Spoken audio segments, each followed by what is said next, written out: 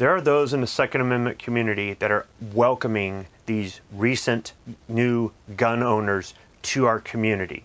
And there are those who've recently purchased their first firearm who seem to have this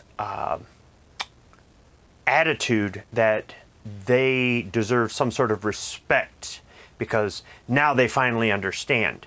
But here's the thing. As far as I'm concerned, I'm not speaking for other people in the Second Amendment community, but as far as I'm concerned, owning a gun does not make you pro-Second Amendment. While we were out there fighting to protect the Second Amendment, you were sitting on your ass because it wasn't important to you. While we were out there doing what we had to do to try to share information about the truth, about what was going on as far as gun laws, about, you know, things like it's easier to get a Glock than it is a library book, really? Stuff like that. When we were dispelling all of the myths perpetuated by politicians, by the mainstream media, by all of these people. You guys were calling us gun nuts, all right? You wouldn't even have the ability to purchase a firearm right now. Now that you're finally scared, that this country has gone so far down this path that there's no turning back, and we really are going to have a civil war soon, if we're not actually in it yet, or already, right?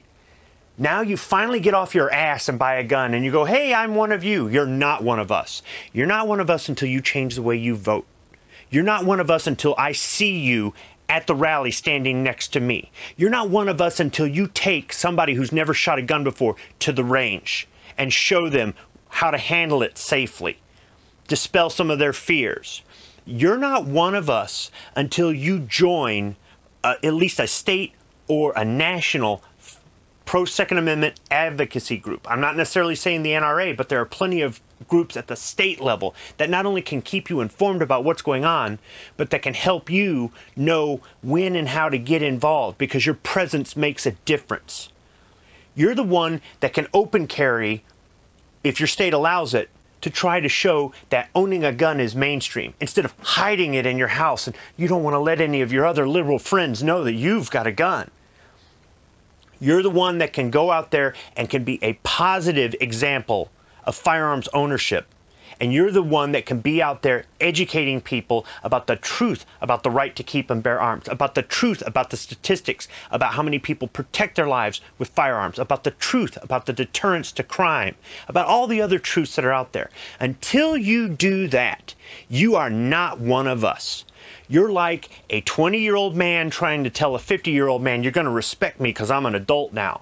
Son, you ain't walked a mile in my shoes yet, so no, until you do that, you don't have my respect. But once you do, I'll treat you like a man. And that's the way I feel about you new gun owners demanding your respect.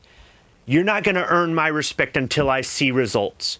If you go to the polls in November and vote the way you always have in the past and not cared the least bit about all of our liberties, not just yours, not just mine, everybody's, then it tells me you're not pro-Second Amendment, you're not part of my community, and you don't have my respect. Your actions speak louder when you make a difference, not when you make a purchase.